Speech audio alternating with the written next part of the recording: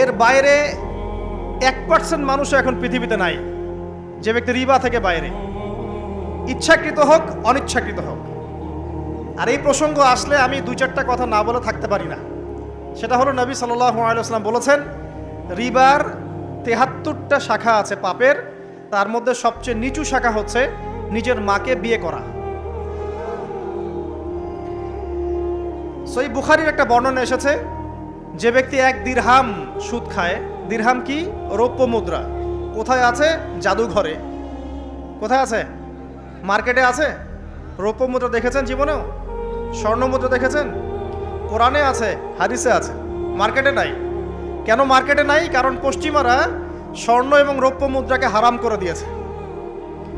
পশ্চিমারা স্বর্ণ এবং রৌপ্য মুদ্রার ডিলিংসটাকে মার্কেট থেকে উঠিয়ে দিয়েছে। এই জন্য আপনি মার্কেটে গোল্ড কয়েন এবং সিলভার দিরহাম পাবেন না। কিন্তু আল্লাহর রাসূল সাল্লাল্লাহু আলাইহি ওয়াসাল্লামের যুগে এটা ছিল।